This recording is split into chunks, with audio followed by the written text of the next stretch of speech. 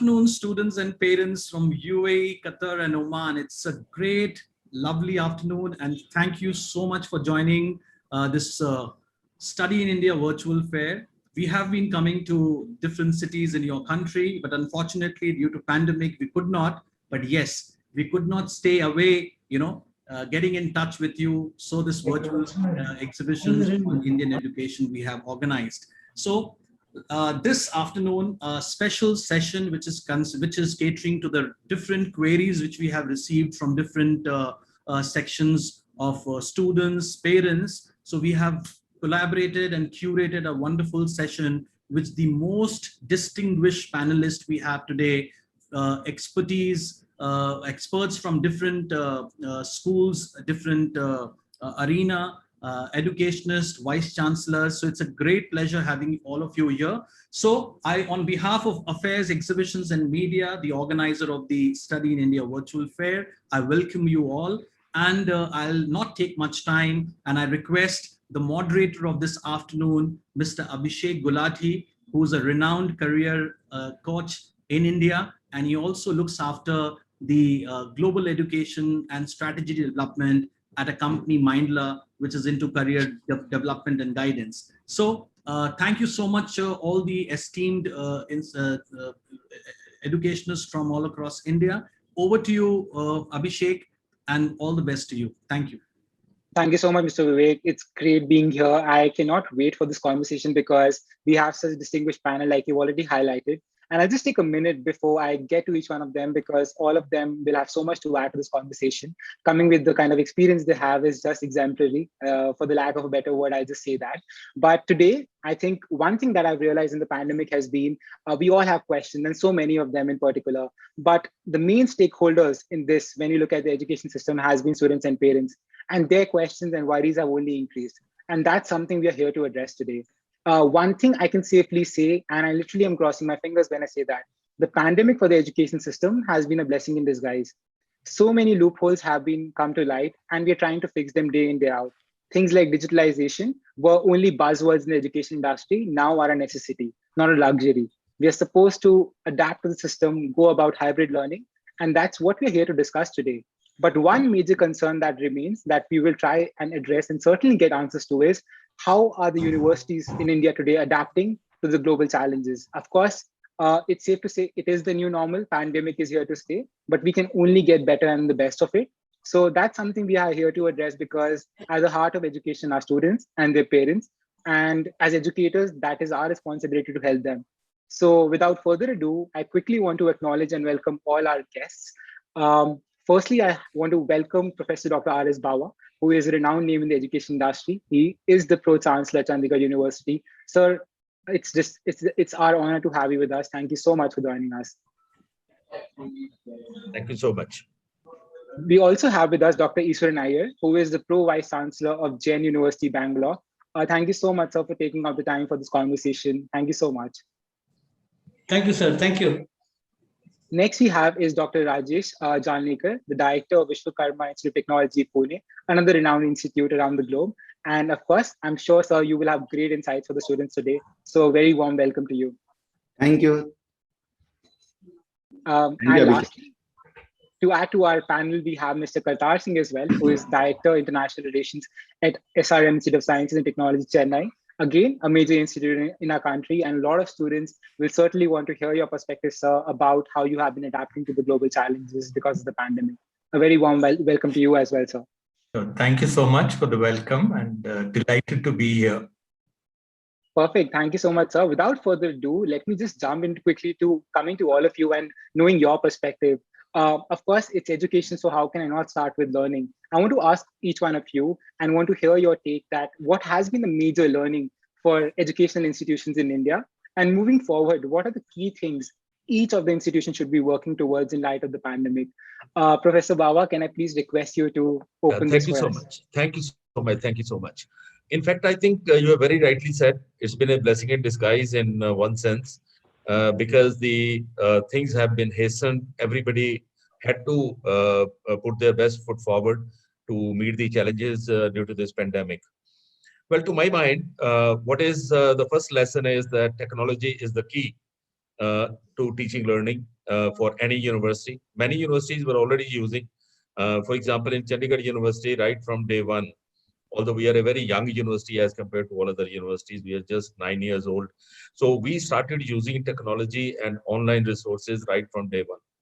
Even sharing the teachers' material online, making things online, students' certificates and DMCs and degrees, everything online, to the extent that students were not even required to fill their examination form.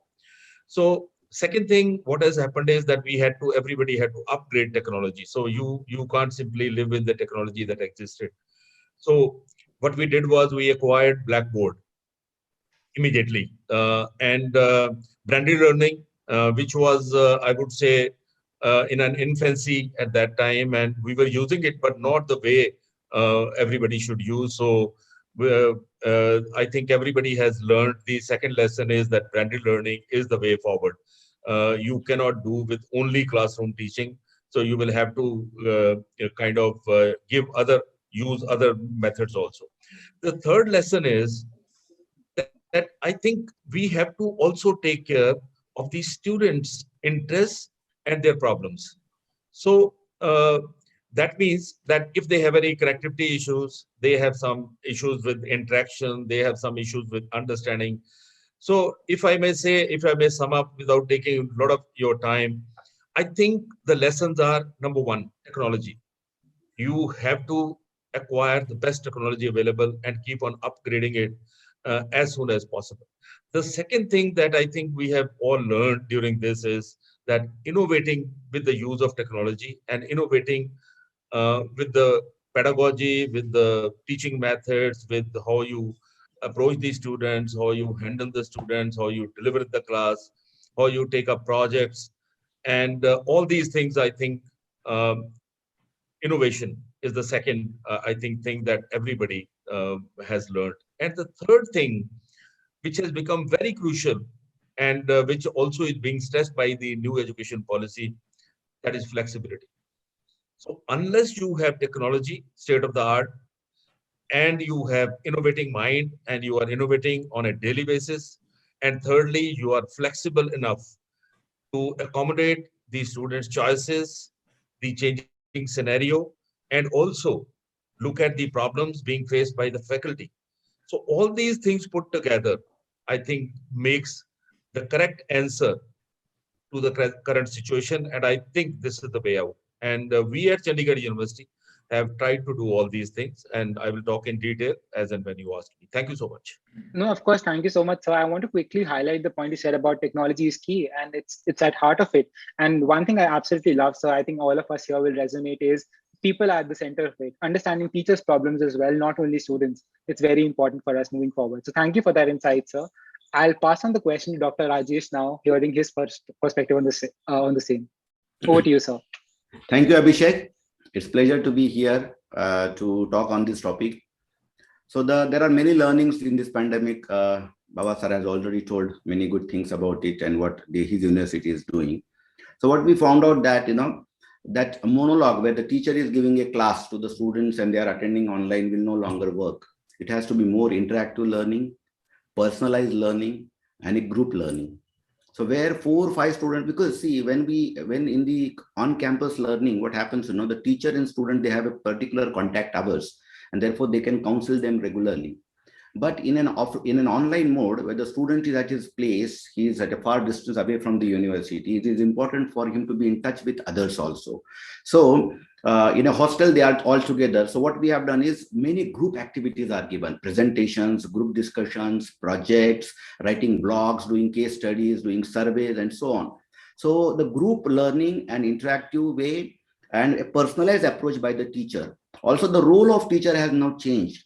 Rather than only a teacher, he has to be a mentoring to the student, a facilitator, because the students have to take the onus of learning because he is at his place, at a distance place.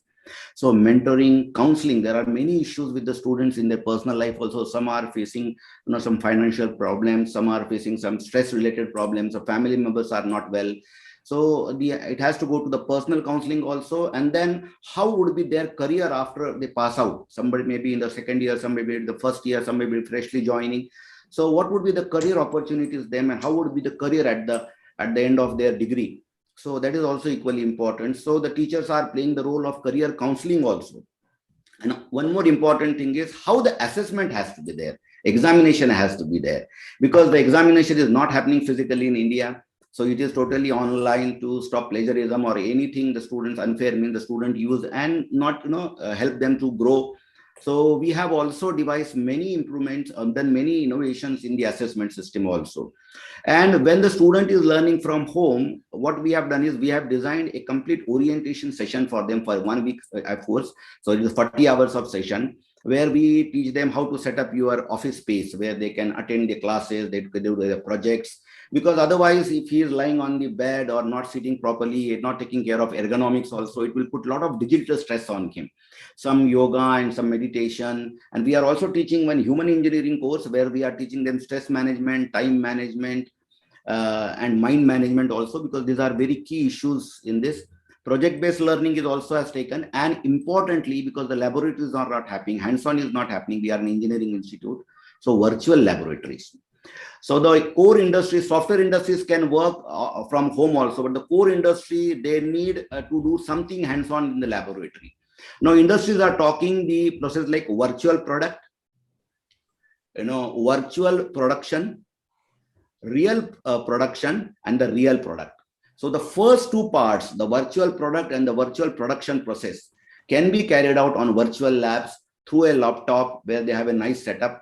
And therefore, we are emphasizing and training the students on use of virtual laboratories to do the engineering experiments and engineering design and other things. So these are a few of the things we are doing, and the way we are preparing our students. Details we can speak as and when we come to the point again. Thank you. Thank you so much, Dr. Rajesh. Very quickly, human engineering, I don't get to hear that often. And maybe I'm ignorant, but that's a very important point, right? Making sure students are being taken care of at home. That's a very, very important point for you, because they are sitting in front of a laptop desktop entire day. So we have to make sure they are doing well. And I'm so glad you brought up the importance of career guidance, because we particularly at Minder believe in that, and universities are recognizing and pushing forward. So thank you for that, sir. Totally appreciate your points. Coming to you, Dr. Iswaran, sir, would love to hear your perspective to add on to what sir has said. Yeah, see, I think it was about a year and a half or almost 2 years ago when pandemic struck. I remember it was March 2020. And we as an university, I still remember most of the teachers, they had a feeling that, how they could migrate from a blackboard to chalkboard teacher to a ICT-enabled tutor, so that the student could learn using all the technological platforms available for online learning. We initially started with a training program for all the teachers. Then we had an orientation session for the students and parents. And then we were successful. In fact, before UGC came with a notification, we completed our assessments also using proctoring, because as a part of our admission process, we have a system where we have online entrance exams. So we use the same system for conducting the assessment, and we were very successful. Now what we have done basically is, keeping in mind the NEP, keeping in mind the academic bag of credit which is coming, and the trend among the parents not to send them to the campuses because of the fear of COVID. It could be version 1, version 2, or version 3, what people are now looking at. We have started with programs for making our teachers to be ICT-enabled tutors, so that whatever is being taught as a part of a regular one, we substantiate with an online this. We have followed the UGC regulations of having 40% of our content, which can be given in a part of online. We have created our own MOOCs, which has helped the students to correlate all the syllabus and do it. And for IT, what information technology, we already have cloud labs, based on which we are able to give virtual learning to the students. And to motivate the students and parents, during the first pandemic time, I think we came out with the concept of food and nutrition, what is required for a student, because there's a lot of stress when they continuously do it. So because, they need to do for 7, 8 hours, and they may be, harmful for eyes, it may be harmful for health, they may have this. So we had some, our own, we had one incubated business which we had, which was all into coming out with products which was good to keep in tune with an online learning or online teaching platform. So we did that. This year, what we have done is we have started giving online yoga sessions to the students, parents, and the teachers so that they keep themselves adequately fit enough to see that a virtual experience also is as good as a regular the mode. That's what we have done as of now. Yes, I think as the chancellor from Chandigarh University spoke, definitely technology plays a very important role. It's a part and parcel of now learning. Industry 4.0 speaks only on ICT. So we also have adapted, I think, compared to Chandigarh University, we are a little bit senior to them. But as an institution, yes, we have been there for more than 3 decades. But as an university, we also have completed 11 years. But we also have seen to it that, we are also in tune with the needs of the future, where blended learning is going to be the future. Gone are those days when, you're going to have people who will have. And one more step, what we did is we went into a concept of a virtual internship for a student, where they could work with the corporates virtually sitting at home. Where employment opportunities we were able to give them virtually, but internship opportunities also we were able to give. These are the changes which gave us, mandated us because of the COVID-19 situation. Now, as an university, we are geared up to have the best of both the options, face-to-face regular or online. I think, sir, you anticipated my next question that I was going to ask everyone about what is supposed to be happen in case universities go to the physical mode as well. So blended learning is the takeaway. And thank you for shedding light on how you're providing opportunities for students to learn and work together as well at home. Thank you so much for that, sir.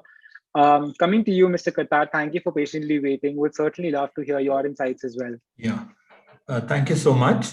I think there's a lot in common between what we heard from the other speakers and our own experience. I think that's bound to happen because the pandemic has impacted all of us. So there have been many innovations in terms of the teaching learning process, as other speakers have said. So we had to quickly innovate and come up with new ways of doing teaching learning. We also had to then think about, because if we are delivering classes into the homes, then we need to measure the learning of the student. So that became a challenge. How do we actually measure the learning, which can be done only through by conducting an examination? So that took some time for us to evolve the mechanism. So it had to be, also the rigor of the examination had to be maintained. So we went in for proctored examination. Of course, there were some challenges. Students also gave some kind of feedback that they were uncomfortable with the process. But I think through the interactive process between us and the students, we were able to overcome the fears of the students. And I think that is another big learning for us, that at times, challenging times like this, students and parents are going to have a lot of concerns, fears, and apprehensions. They are naturally worried about the future of the students. Is this phase going to adversely impact their education? What about jobs? What about their higher education aspirations? And a lot of the students also have great aspirations for doing well in their exams, scoring well, getting good grades, marks. So all these fears had to be assuaged. So one of the learning was that we had to come up with a kind of effective communications strategy. We had to display a lot of empathy as well to be able to interact with the students and the parents and to satisfy their requirements. What we also found is that because, we are a fairly large university, we have about 55,000 students across 5 campuses. So when we had to close down, and it came unannounced, the pandemic came unannounced, and we all knew that we couldn't have, the dangers of having large number of students on campus, having them in the hostel. So we knew that even 1 or 2 incidents would create havoc. So we had to think very carefully about how to actually get the students back safely to their homes in the midst of a pandemic, which again was not an easy decision even for the parents to know that their children would be traveling back to their homes. But I think that had to be done almost on a war footing. We had to make sure that health and safety of the children were maintained while they had to go back to the safety of their homes. So I think that is also very important, that we, in times of these epidemics and pandemics, how we convey and reassure the parents about the safety of their wards.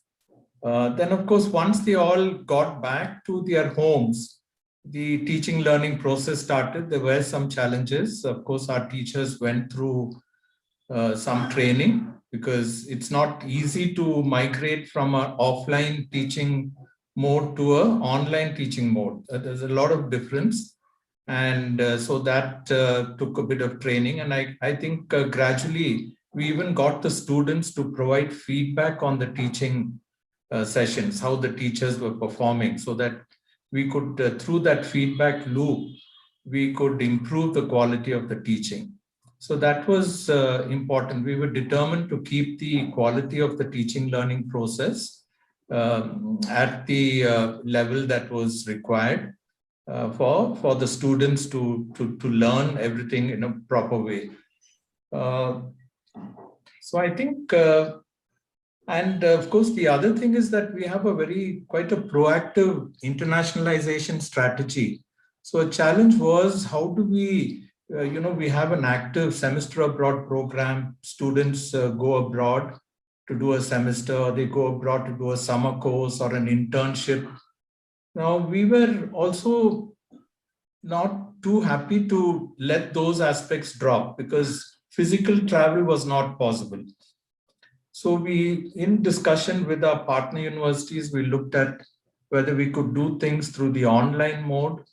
And we were quite happy to see that many of them responded. So we were able to arrange online short immersion programs for students. So through that, of course, it may not have had the same impact of a face-to-face semester abroad program for a couple of months. But I think that was something that the students welcomed, to be able to get away from the kind of standard, their daily classes, and to attend another program being offered by university, and they would get the certifications. So that was also a good thing. And we kept the discussion and dialogue open with our partner universities abroad, who are delivering workshops, seminars, those sort of things, and also guiding students on their higher education opportunities. That's another big concern for parents and students, especially those who want to go abroad and study. So how is this pandemic going to impact their future plans? So these are just some of the few things which I thought I would like to share with the students and the parents. No, thank you so much for that, sir. In fact, you covered a lot of important points. I think moving forward, we cannot be prepared for everything, that kind of a world. We can only think about things, and we have to discuss more about the problems first to figure out the solution. So very important element. Thank you for that. Now, quickly moving on to my next question that I had for you. I know a lot of you mentioned about national education policy, and how can I refrain myself from asking this question? One word that got popularized in the pandemic is flexibility. It's been thrown around carelessly, but of course, there are multiple aspects to that. So what I want to ask all of you is, considering the NAP 2020, when we talk about flexibility, how do you think the policy would benefit in these trying times? Or are there still challenges to implement the policy in terms of flexibility? Dr. Rajesh, would you like to go first? So you're muted. I think you, yes. Yeah, sorry. Every student, when he joins a graduate program or a postgraduate program, has some career goal in his mind, and what type of job profile he would be doing at the end. So there are certain skill sets required for that job. And therefore, he has to select courses which are in line with his job aspirations. And therefore, what we are doing is design your own degree. In the design your own degree, he can select his own courses. Not only the courses, but the way he would like to learn. Something has to be, of course, in terms of an online class, even in pandemic, or if there is no pandemic, then in the classroom. But apart from the way he learns through the lectures, there are other ways also we are providing. One is group discussions among the students. A topic in that domain can be taken. Students can work out on that and then discuss in a group, do some presentations, write blogs, do case studies, design assignments, do survey. So a course can be learned in many ways, and not only hearing through a lecture of a teacher, but it can be group learning, peer learning, interactive learning in this way, and also projects also. So we are also providing not only the courses, but the way they can be learned, and student can choose 3-4 options out of these options. Another thing is the way he wants to get assessed. Not only the conventional proctored closed book 3 hours theory exams in the hall, but also we are calling a academician and an industry professional for the assessment. And then the student will go through that assessment and get direct feedback from the industry, that what are his learning objectives, whether his learning objectives are achieved, and whether he is on the right track.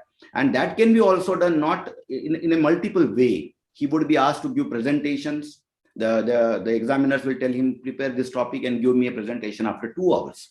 Or take this topic and discuss about this, how this product can be designed, or what can be done, and how it can be launched, what are the prospects for this. Survey can be done like that. So of course, then orally there, Viva is there, and so on. So the way it can be learned can be different. It can be done in different way. And one more important point is we are doing recording of all these things which the students are doing. Suppose the student is giving presentation, so the students will record themselves, but we are also recording, moderating it, auditing it properly, and giving suggestions to the student that way he can improve, where he is going wrong. Some are not good in their communication skills, some are not good in making their presentation ready, some are not good in the content of the presentation, and so on. So the appropriate feedback would be given. And also one more important thing, internship is focused. We have internship in place, the semester long internship in place since 2016, and 100% internship record since last 5 years. So now the students can take internship in their own countries also. In their local cities also. Somebody is from Bangalore in India, he may take the internship in Bangalore, and somebody maybe in Kuwait or Iran, he can take there also, or wherever he is. So these are some of the things which we are providing to the students in online as per the national education policy, where we are providing a lot of flexibility. Thank you. Thank you so much for that, Dr. Rajesh. I think that sheds some light and gives parents a lot of confidence about this, because it's very important for us to understand. Coming to you, Professor Bawa, would love to hear your perspective, how your university is adapting to the flexible norm and using this for the betterment of the kids. Thank you very much. I think flexibility in NEP has many connotations and many features. But I think in general, when we talk about flexibility, which we as a university introduced right from the beginning, as I said, is to accommodate all kind of students, slow learners, fast learners, advanced learners, also to accommodate all kind of interests and goals, as very rightly pointed out by my colleague, that what is the ultimate objective of the student. So there are 2-3 things which are very important. One is that we must give a choice not only in credits, but the choice how and when the student wants to learn.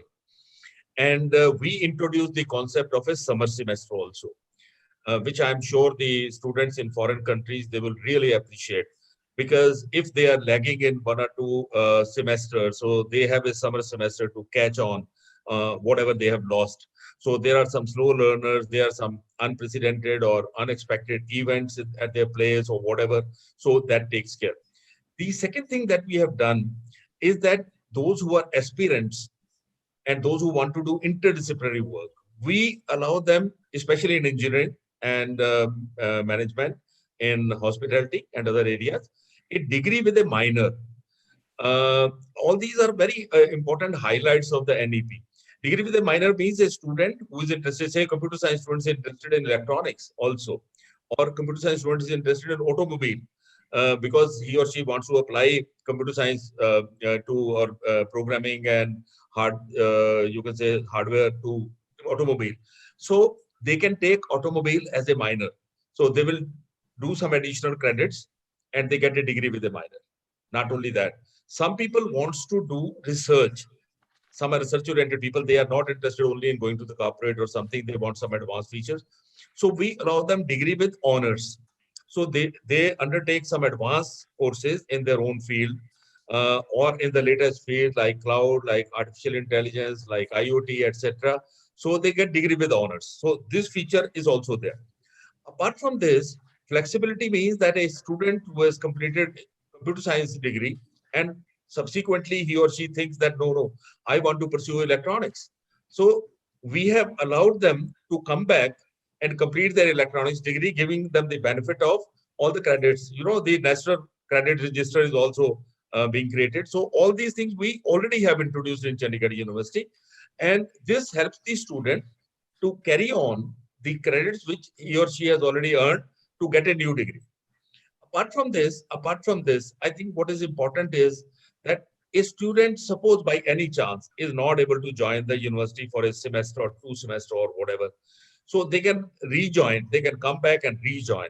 And in the new education policy, the provision is also there. In fact, it was also mooted earlier that a student who say opts out after 1 year or 2 years or 3 years, they can be given a certificate course or diploma or anything.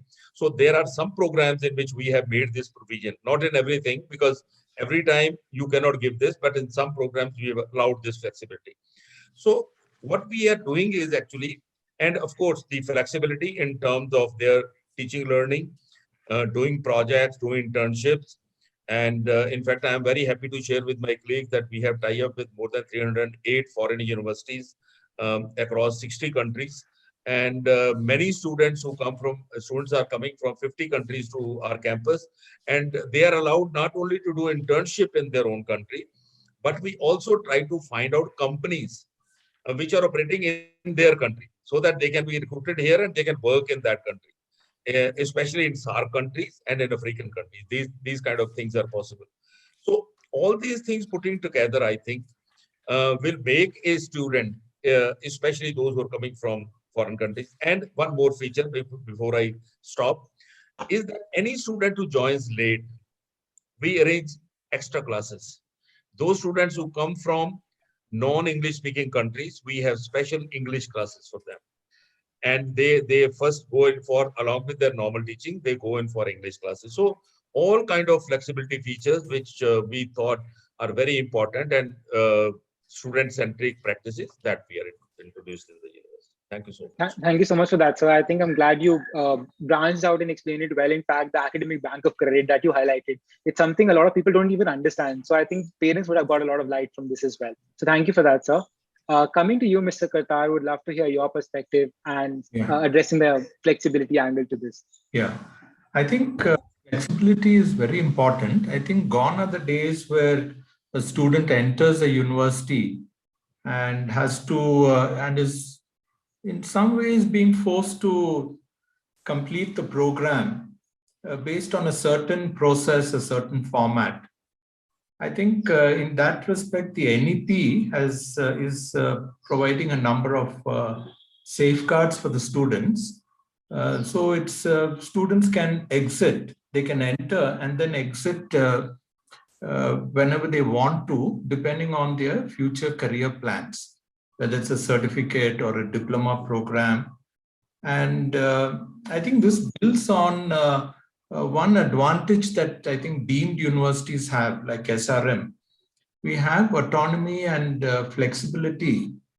And once you get the graded autonomy given by UGC for those with NARC A++ category, so there's a lot of autonomy given. So we are able to experiment already, even though the NEP hasn't really come out officially, experiment with other models. For example, students can spend part of their time at SRM and then transfer to a foreign university to complete the degree over there.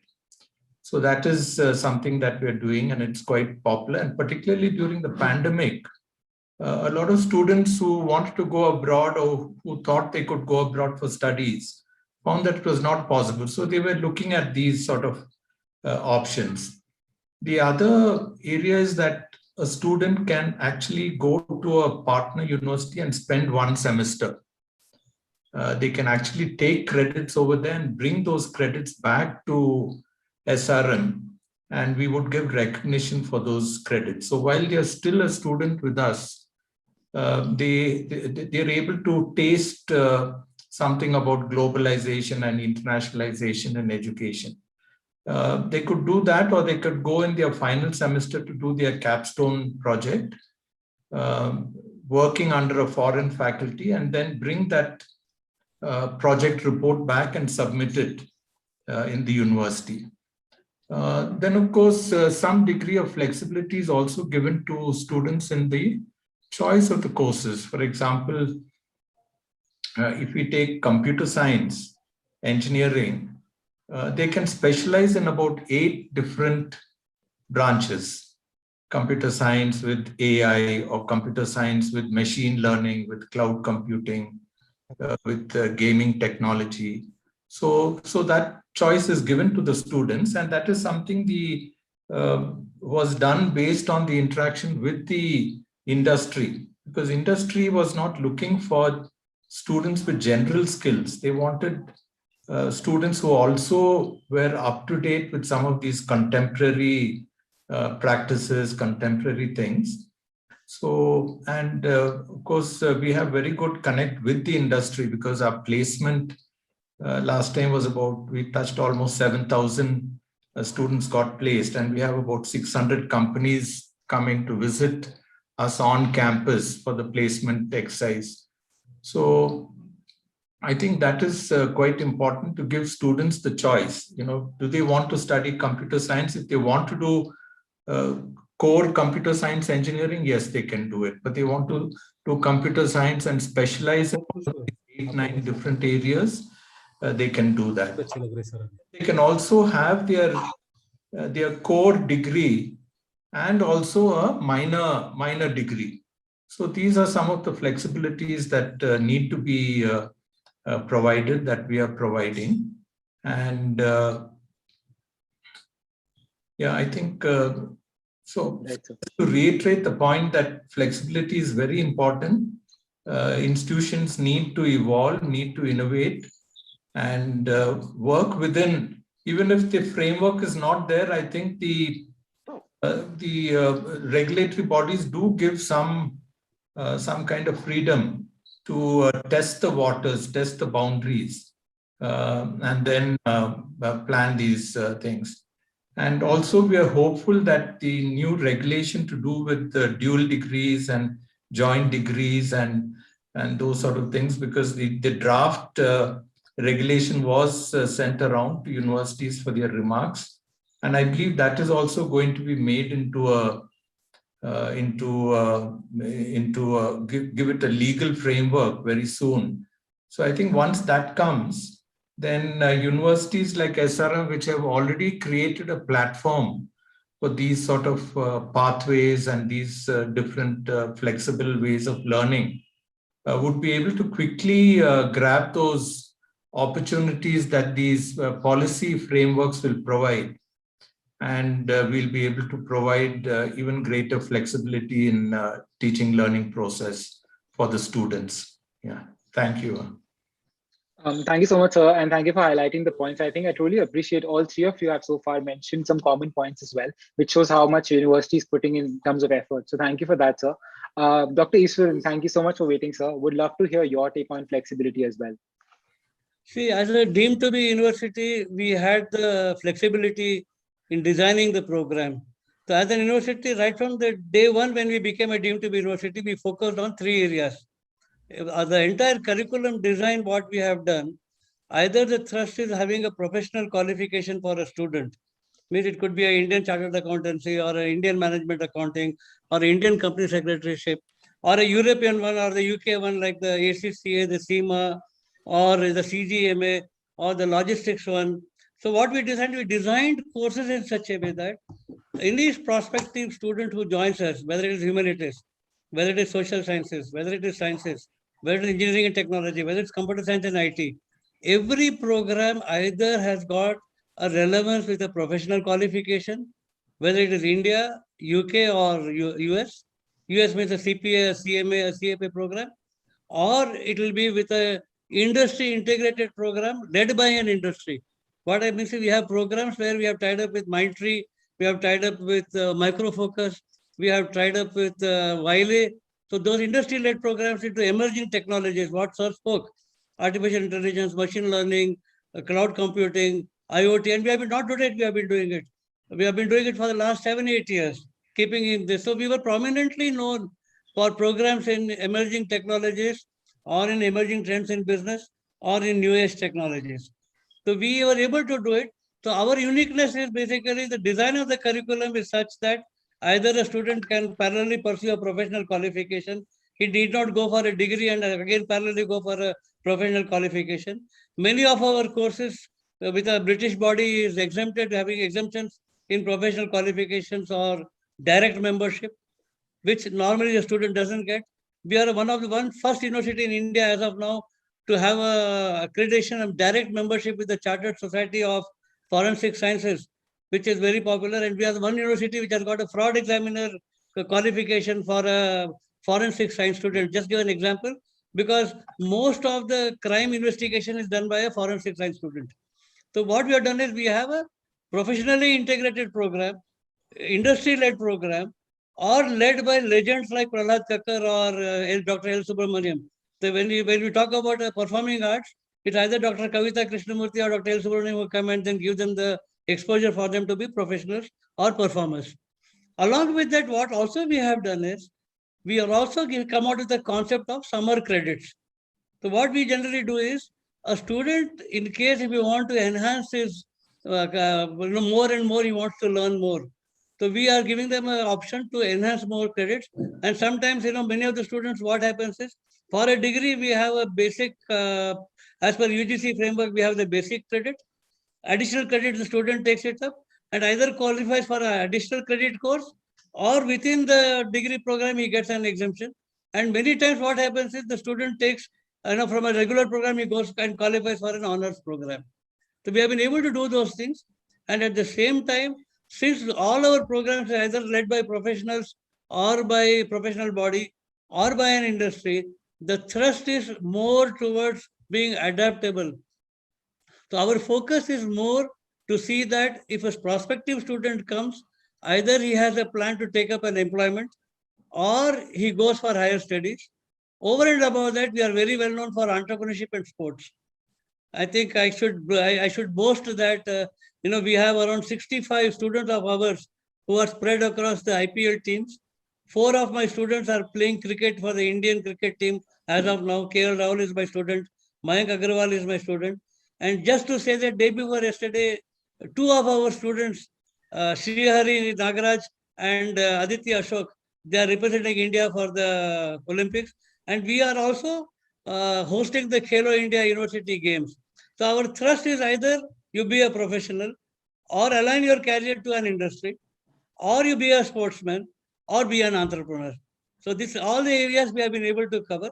Over and above that, especially for teachers, especially from the GCC nations, we have come out with a special doctorate program for them. We are giving them an opportunity to excel their qualification of having a doctorate qualification. We have signed up with the government of India. We have signed up with the embassy of those countries to give, the teachers can upskill themselves, especially into relevant this. And our PhD programs, I'm talking about the flexibility is, we have guides who are from industry. That is where most of the academic institutions are there. So what I'm trusting is the flexibility what we are giving.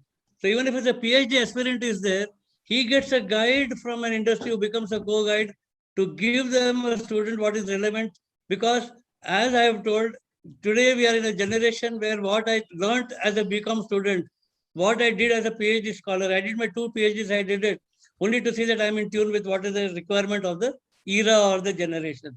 So the flexibility, I think we have been more flexible.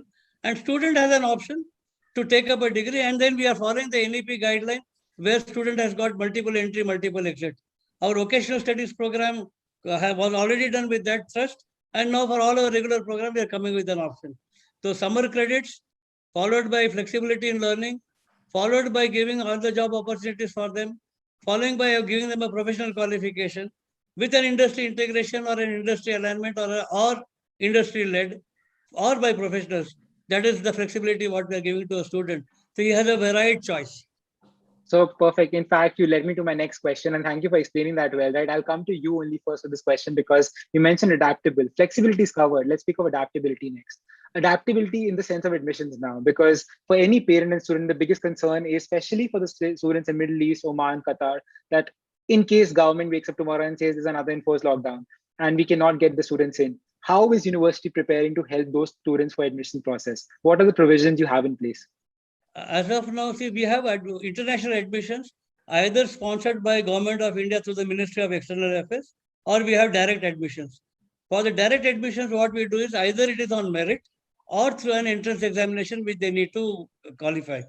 Now, as an university, we know that perhaps Dubai may be free from COVID, but India is still there, or it could be vice versa. So what we have planned basically is for those students who are unable, if they are ready to come to India and stay, perhaps our hostels is the most secured place, because I can vouch that till today, in both the pandemic cases, I'm talking about pandemic 1 and pandemic 2, not a single student was detected with COVID positive. So we have enough protection for the students to be in the hostels. But in case if the parents are reluctant, in case if the parents are not in a position to send their children because of fear, so we are giving them the platform for online learning and at the same time online evaluation. So we are the university, we are flexible in that, and students will have that opportunity to learn. Being at Dubai, once everything is there, we will go. But then as an university, we have to both follow, as a deemed university, we need to follow the central government guideline, and at the same time, from being in Karnataka, we have to follow the state government of Karnataka guideline. So based on that guideline, which both the governments are giving us, we follow all the protocols required, and we give the flexibility to the student without insisting that you should be here. Fair enough. Thank you so much for that, sir, and appreciate both the points you mentioned as well. Dr. Rajesh, coming to you for the same question. How is the university prepared in terms of admissions and adapting to that, whatever change might come your way?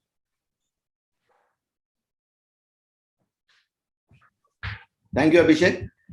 Admission to VIT, because VIT is an autonomous institute, not a university. It is done through the Savitribai Phule Pune University, formerly known as the University of Pune. What the student need to do is choose the branch of their choice and give VIT as the choice, and they would be admitted in VIT. For other details, the students may in person contact us. But it's likely that, as you rightly said, that it may not be possible for them to travel, and the parents may be fearful to send the students to Pune. But also, we also have a very secured hostel here, very safe hostel, 1 room per student, and all facilities, all 5-star facilities to the students, so they can be, they can unhesitatingly come here and stay with us. But if at all, if in case they are not able to come, then as I told earlier, we have a personalized counseling for every student, so that even being in his country, he will feel connected with the other groups at our college. So personalized counseling to the student is done.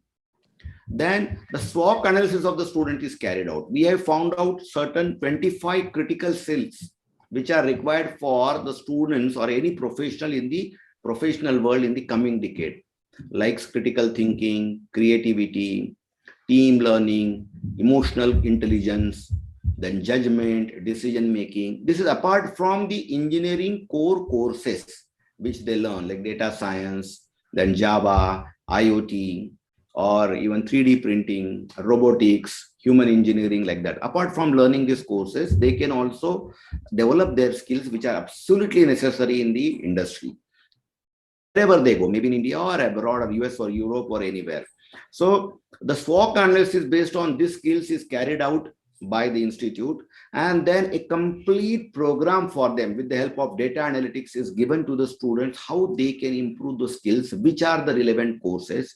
The counselor will help them to choose the courses as per their career aspiration, and we give them career aspiration not only in engineering jobs.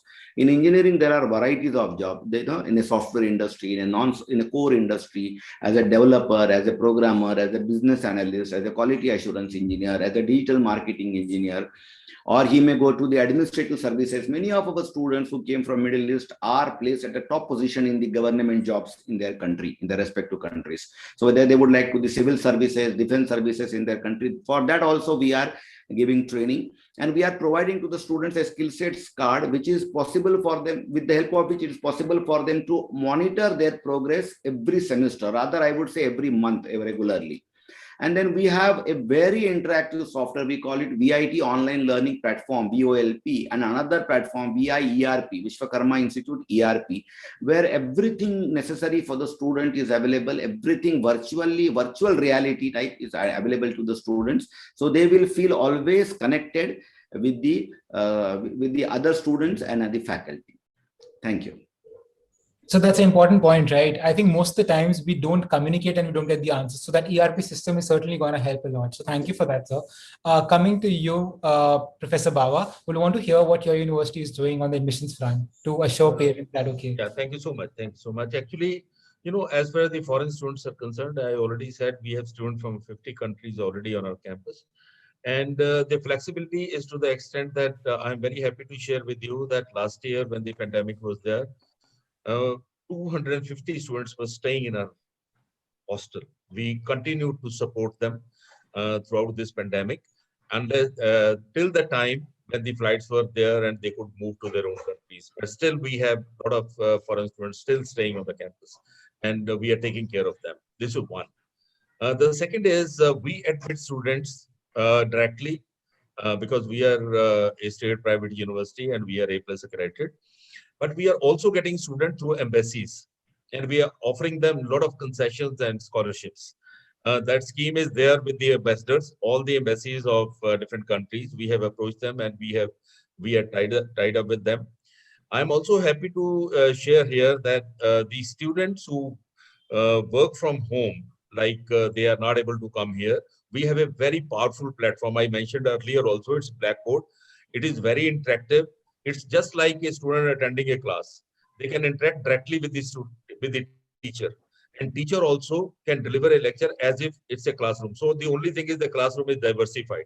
Students are not sitting in a single room. They are sitting at different places and they can do that. A couple of things I want to add here. Number one, that Chandigarh University has 37 industry-sponsored labs on the campus, which is the largest number by any university in the country, including lab by IBM, Microsoft, HP, then Tech Mahindra, and Honda, Hyundai, Mahindra & Mahindra, and so on and so forth. Large number of them. So the students get hands-on training on the campus. And these labs are still working. They are providing support to the students who are at their place. So they are virtually also working. Along with this, we have a TBI given by the Government of India. There are only 10 TBIs, technology-based incubators, which are given by the Government of India, and one of them is at Chandigarh University. We are the youngest to get it. And we have filed more than 1,000 patents by our students, and many of them are filed by foreign students also. Then we also have articulation arrangement with universities in Canada, US, Australia, and many other countries. In fact, 27 of such articulations where they can study. Even foreign students, those who are registered with us, they can study in other countries and they can get their degree, 2+2 kind of program. So all these things are there.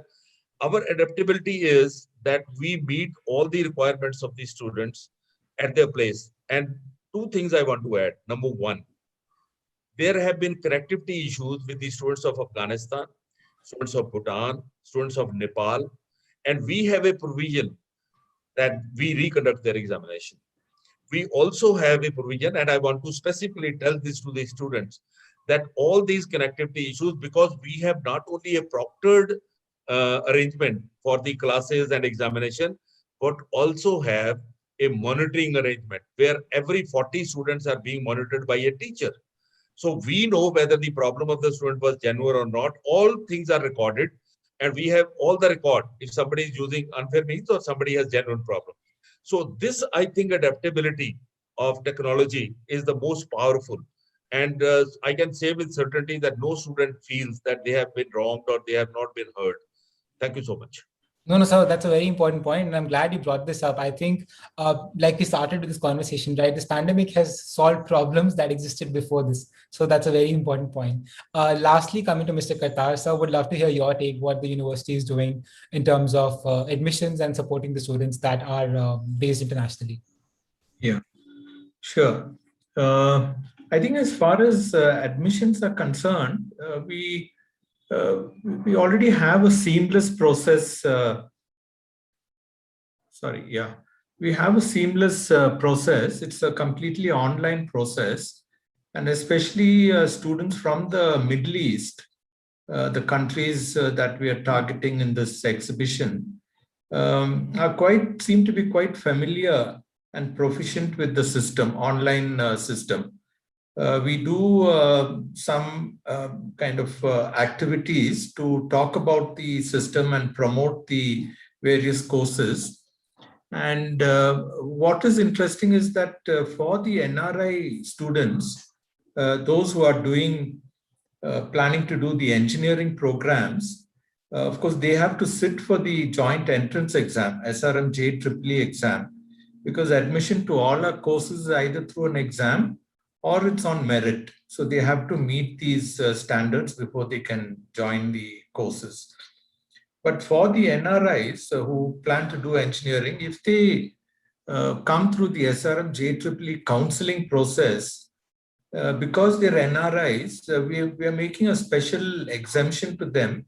They only have to pay the fees a domestic student would pay.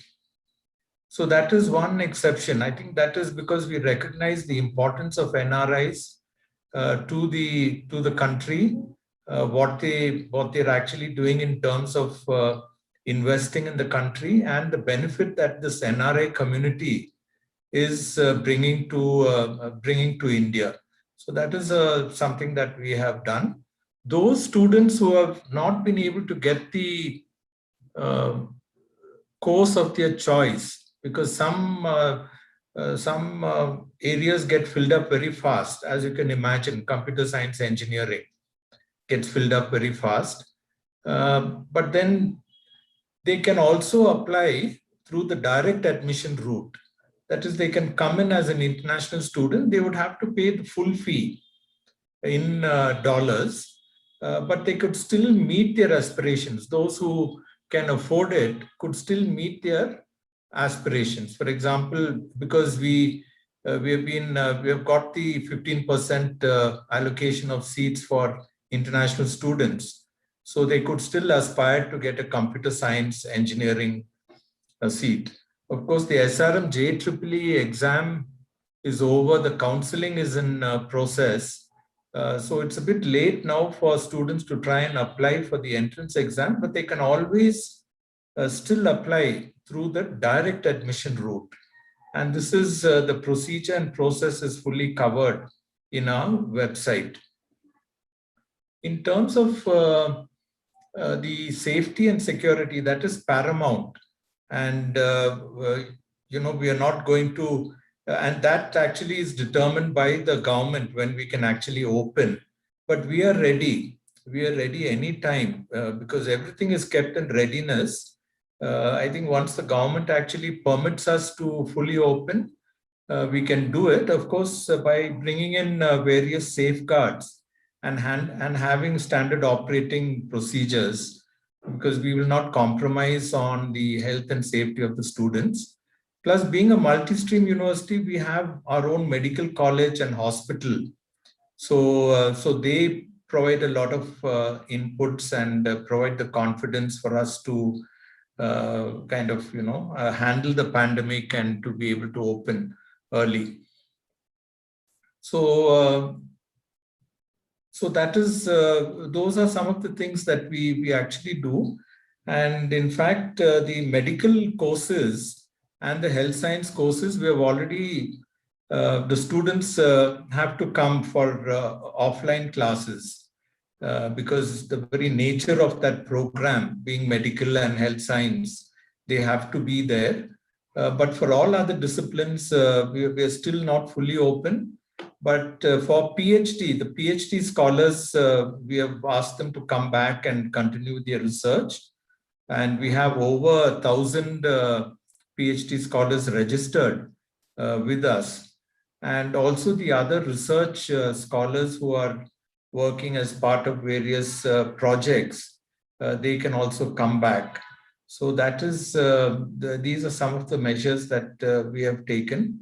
But we are absolutely ready to, I don't think it's going to be difficult for any of us to move from the offline to, from the online to offline. I think the challenge really was from the offline to online because it required a lot of adaptation. It was new to us. A lot of things had to be done, but everything is already in readiness. The infrastructure is there, the hostels are there, classrooms are there, the teachers are there. So actually migrating from the online to offline, I think will not pose many challenges. And once the government permits full international travel for students to come to India, we will be more than ready to have them on campus. Perfect. Thank you so much for that, sir. And in fact, you highlighted an important point as well. I want to quickly summarize this conversation because it's been great learning for me as well. And I'm sure everybody who's attending. Words and gems being shared by all of you. But one thing I can take away from here, and everyone can, that health, safety, security has the most important priority for every university, which is important. And I think that's all a parent can expect, particularly. And I hope it's safe to say so that this pandemic has accelerated the development in education and education technology that all the universities are witness to. And I'm so glad. I mean, I was not so aware that every university is putting so much effort. So it has been very enriching for all of us. So I quickly wanted to take a second and acknowledge and thank all of you for the wonderful work you're doing, not only at your universities, but for whatever you did today for us. It makes a big difference and gives a lot of surety to our parents who were here. So thank you so much for that. Again, acknowledging each one of you individually as well. Professor Bawa, great gems shared like always. So appreciate you, sir. Thank you so much for your time once again. Thank you. Dr. Easwaran, again, what you mentioned, and I think we all owe you a lot for training some great members of our cricket team as well. We all are very proud of them. So thank you so much, sir, for being here. Totally appreciate that. Mr. Qatar, thank you so much, sir. Again, your value was just impeccable. Thank you so much for that. And lastly, Dr. Rajesh, thank you for highlighting the points and bringing more insight to the conversation. I'll quickly would like to invite Mr. Vivek again to take it from here. Thank you, Abhishek. And Abhishek, very rightly you mentioned, even honestly, some of the pointers I was not aware about what level of great effort what institutions have put in. And it's always great, gives us great motivation and privilege to showcase our Indian institution in a foreign country, driving, foreign admissions to our country, as well as, giving an opportunity to the diaspora there, Indian diaspora, so that they can understand, evaluate what kind of changes Indian education is going through, the kind of private sector, private institution have putting in effort, creating a lot of infrastructures, and especially during the pandemic time. I think the work all of you have done is simply commendable. It's a great honor, great privilege for all of us that we have been associated together. And thank you each and every esteemed educationist here for sparing your valuable time, coming and enlightening the audience, not in India, but our fellow Indians right in UAE, Qatar and Oman. Thank you very much, sir. We shall always remain indebted and grateful to all your efforts. Thank you, each one of you. Last but not the least, my special acknowledgement thanks to the young gentleman, Abhishek, for steering this discussion so smoothly. You've done a wonderful work, Abhishek. I truly appreciate your effort. So thank you very much, sir. Thank you so much. Thank you. My regards to all friends, all panelists. Thank you. Thank you, panelists. Thank you, Abhishek, and thank you, Vivek. Thank you, Abhishek. Thank you, Vivek. Thank you, all the panelists. Thank you so much.